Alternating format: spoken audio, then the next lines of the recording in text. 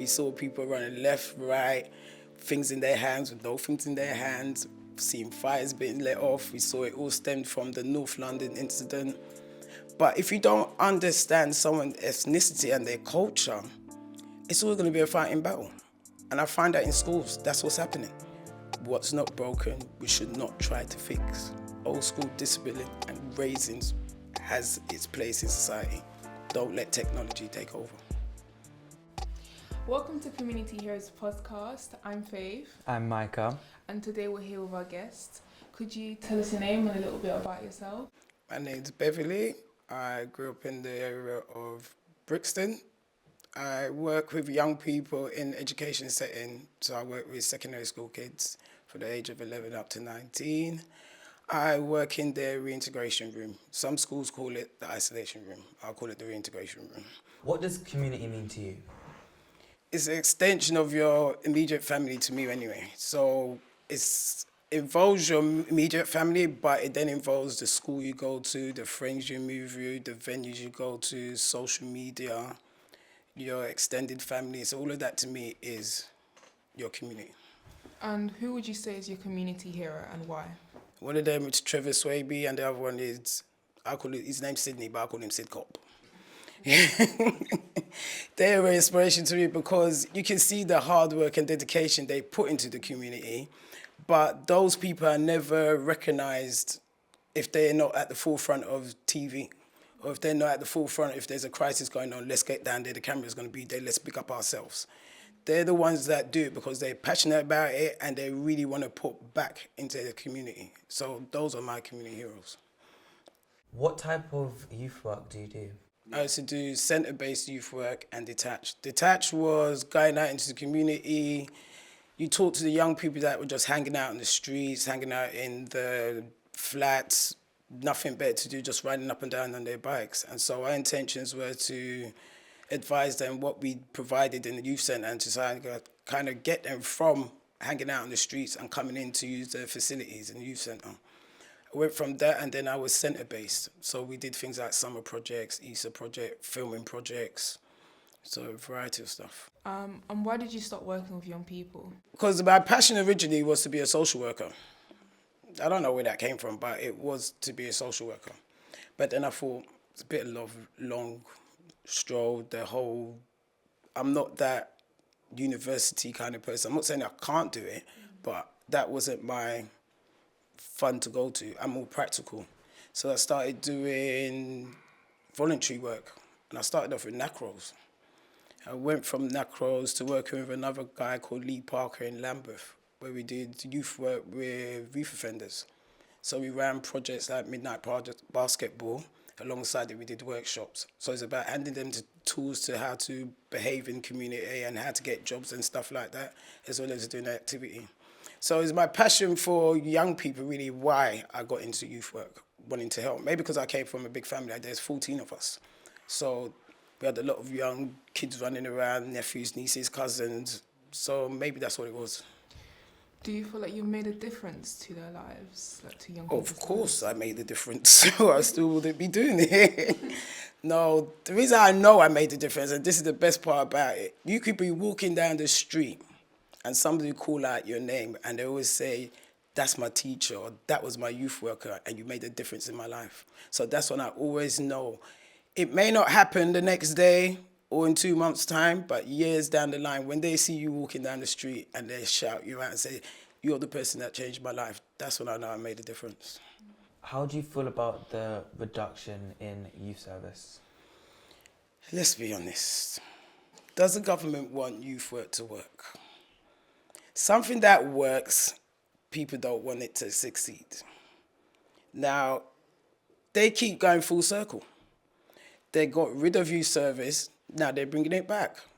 They bring things back all in different names. It's not, they just call it something different. Just like it's not youth work. Family practitioner, youth practitioner. It's youth work. Something that's not broken, why did they always try to fix it? Youth work was going fine years ago. We were getting the numbers in, we were seeing the changes. Then all of a sudden, we don't need youth work no more. Then crime rate goes up, stabbing rate goes up, street crime goes up. Oh no, we need youth centres again. Make your mind up what you want to do. When something doesn't need fixing, they need to stop breaking it. Would you say it's very hard to get funding now for like? Oh yeah, because everything has to be educational. Everything has to sit the way they want it to sit. I think the problem with youth work and funding for youth work is that they don't allow young people to learn society and what the outside world is like when you come out of school or when you when you decide to live by yourself. The problem is they want everything educational based and so that they look good. The government looks good or your MP looks good. But is it really good for the people you're trying to do it for? Is that what they need in that community? We need more apprenticeships geared to young people that are not good academically. You don't bring more of those on. We need more youth training schemes. So if you're talking about youth work, it's just not about youth centres. It's other stuff beyond that. Youth training schemes, apprenticeships. Those young people that find education hard, there's no alternative. So if you fail in school, you fail in school. There's nothing else to help you with. Most able kids are now going to apprenticeships that don't want to do university because money-wise. But yeah, it's crazy. We just have to see where it goes again. Like I said, it all goes full circle. Do you know anything about the riots in the 80s, and if so, what is it? I don't really know much about the riots in the 80s. My older siblings would know. But all I remember putting on TV and just seeing fire, fighting, like... I can go by what my older siblings would say it was about. It was about the racism they were incurring as young people, about the police beating them up and all those things. But me personally, no, not really. And how did it feel as like a young person at that time to be hearing from your older siblings about everything that was going on? It makes you scared to a degree. Like, okay, if I walk down the street and the police stop me, do I just stop? Do I run? Do I admit to something I haven't done? It just makes you more aware of your surroundings, of what may happen to you if the police are to stop you or were to stop you. And then the racism thing, hasn't disappeared, let's be honest. They just do it in a different way. But it's for us to understand ourselves to know how to deal with those situations. And those are the tools we need to feed young people. So do you know anything about the 2011 riots?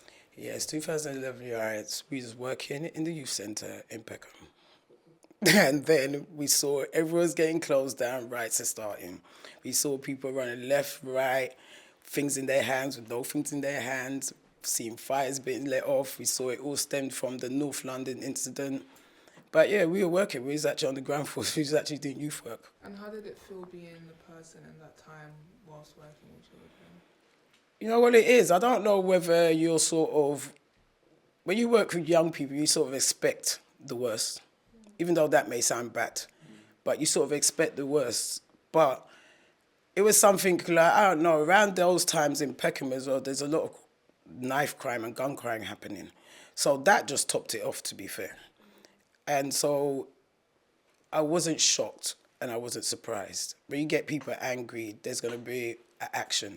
So that was the action, that was the result of it. What do you know about the Windrush generation? To be fair, all I know is what my friends tell me or what I see on the news. And what I think I know about is that a generation of Caribbean people coming over, being asked to come over to work, to serve England, and then they weren't really given their stay.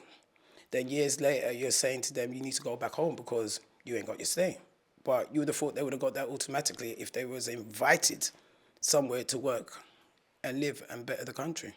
So yeah, that's mainly what I know. I've met my friends' grandparents that were from the Windrush generation, and the funny thing with that is that that generation never complained.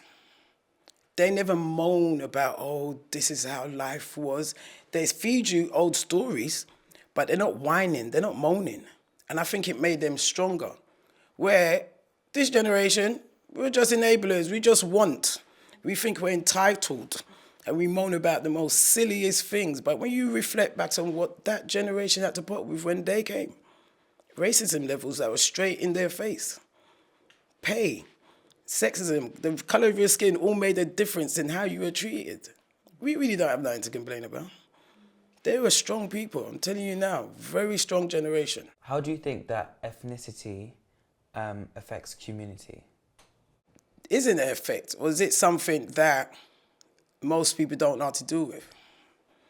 Because at the end of the day, your ethnicity is part of a cultural thing.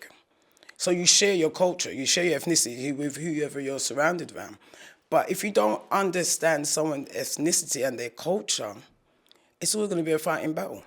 And I find that in schools, that's what's happening. You're trying to guide these young people that you're meant to be leading on and set an example, a certain way of living, but at home, that's not how they live. But you try to install that to them in school and tell them, no, what you're learning at home ain't correct. This is how it's meant to be. So I feel like authorities need to understand ethnicity and just don't use it as a word in their, what they call it, when you don't separate. Let's be all included. It's not just that. You have to understand these people you're working with and where they're coming from. Being a person that works with young people. That's the word. Being a person that works with young people, do you have any advice for them? Yes. Young people, this generation, technology may be the cause of your mindset being destroyed. We're a blame society.